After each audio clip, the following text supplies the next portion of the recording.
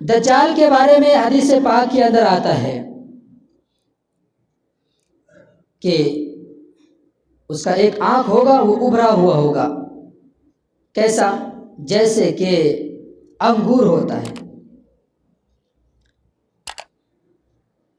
ایک آنکھ سے کانا ہوگا۔ ایک مرتبہ اللہ کے نبی علیہ السلام نے فرمایا کہ دیکھو میں تمہیں اس دجال سے ڈراتا ہوں جس دجال سے تمام نبیوں نے اپنی قوم کو ڈرایا ہے، اور میں آج اس دجال کے بارے میں تمہیں یہ بات بتلا دوں کہ جو دوسرے نبیوں نے اپنی قوم کو نہیں بتلایا، وہ بات یہ ہے کہ وہ اپنے ایک آنکھ سے کانا ہوگا اور وہ خدائی کا دعویٰ کرے گا، اور میرا اور آپ کا خدا وہ ہے جو تمام عیبوں سے پاک ہے۔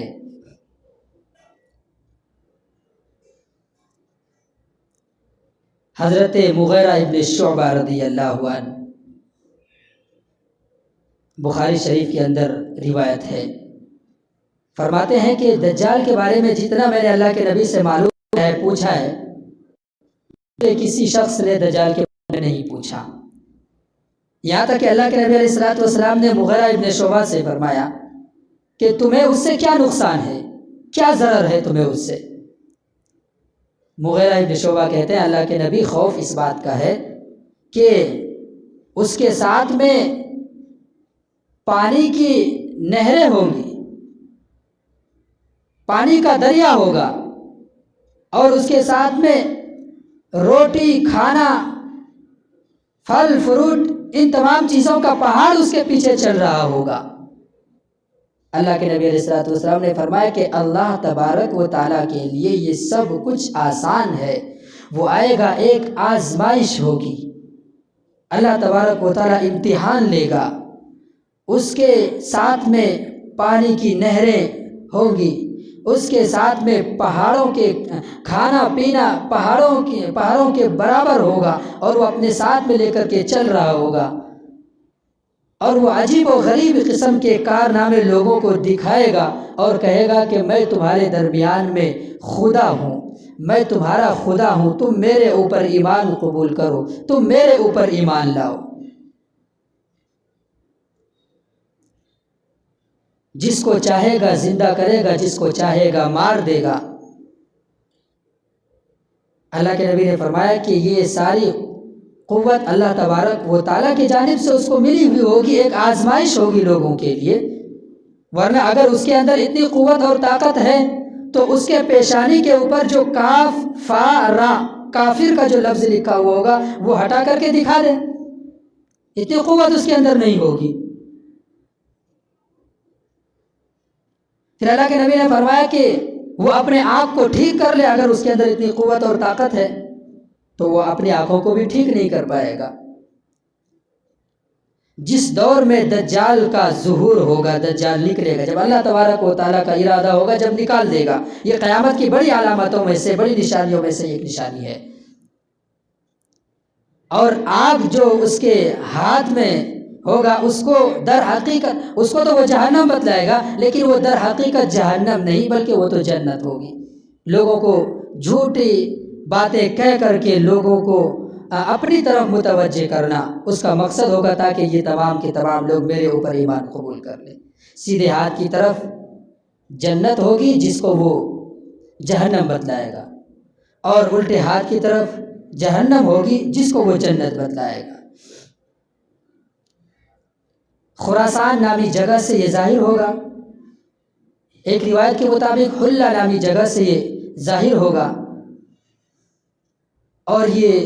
طرح طرح کے کارنامے دکھا کر کے اپنی طرف متوجہ کرے گا لوگوں کو۔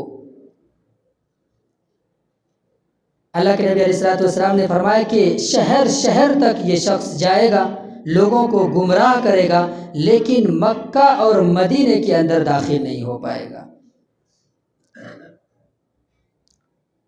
روایت کے اندر آتا ہے کہ اس دور میں مدینے کے 7 دروازے ہوں گے، ہر دروازے پر اللہ تبارک و تعالیٰ محافظ کے طور پر فرشتوں کو، 2 فرشتوں کو ہر دروازے پر کھڑا کر دے گا، اور دجال پورے مدینے کے اطراف میں گھومے گا پھرے گا، لیکن اندر نہیں داخل ہو پائے گا، سرحدی علاقے میں رہے گا، کنارے پر بیٹھ جائے گا، اپنا پڑاؤ ڈال دے گا۔ اور جب وہ کنارے پر، مدینے کے کنارے پر اپنا پڑاؤ ڈالے گا تو پڑاؤ ڈالنے کے بعد میں مدینے کے اندر 3 جگہ پر زلزلہ آئے گا، اور اس زلزلے کی ڈر کی وجہ سے، اس زلزلے کی خوف کی وجہ سے مدینے کے اندر جو کفار ہوں گے، جو منافقین ہوں گے، وہ اس ڈر کی وجہ سے مدینے سے بھاگ جائیں گے اور دجال کے لشکر میں جا کر مل جائیں گے۔ اور دجال کا بڑا لشکر ہوگا، 70,000 یہودی اس کے ساتھ دیں گے۔ 90,000 کا بھی ذکر روایت کے اندر آتا ہے کہ 90,000 یہودی بھی اس کے ساتھ میں ہوں گے، لیکن وہ لوگ مدینے کے اندر داخل نہیں ہو سکتے، کیونکہ فرشتے مدینے کی حفاظت کے لیے وہاں پر کھڑے ہوئے ہوں گے، مکے کی حفاظت کے لیے فرشتے کھڑے ہوئے ہوں گے۔ ایسا وقت آئے گا، ایک دوسری روایت میں ہے کہ مدینے سے ایک شخص آئے گا اور دجال کے پاس میں جائے گا اور اس سے کہے گا کہ تو وہی دجال ہے جس کے بارے میں محمد الرسول اللہ صلی اللہ علیہ وسلم نے ہمیں آگاہ کر دیا تھا اور فرمایا تھا کہ یہ قیامت کے آخری وقت میں دجال ظاہر ہوگا۔ دجال اپنی جماعت کی طرف متوجہ ہوگا اور کہے گا کہ میں اس شخص کو قتل کر دوں، اگر میں نے اس شخص کو قتل کر دیا کیا تم مجھے حقیقی خدا مان لو گے؟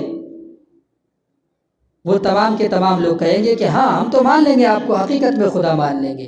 دجال اس شخص کو، وہ شخص مسلمان ہوگا، ایمان والا ہوگا، مومن ہوگا، اس شخص کو دجال قتل کرے گا، قتل کرنے کے بعد میں زندہ کر دے گا۔ پھر وہ شخص کہے گا کہ اب تو مجھے پکا یقین ہو گیا کہ تو ہی وہ دجال ہے جس کے بارے میں اللہ کے نبی نے بتلایا تھا، اب اس کے اندر مجھے کسی طرح کی کوئی شک اور شبہ نہیں ہے۔ پھر دجال اس کو دوبارہ سے قتل کرنے کی کوشش کرے گا، لیکن اس کو قتل نہیں کر پائے گا۔ دجال کے زمانے میں قحط سالی کا زمانہ ہوگا،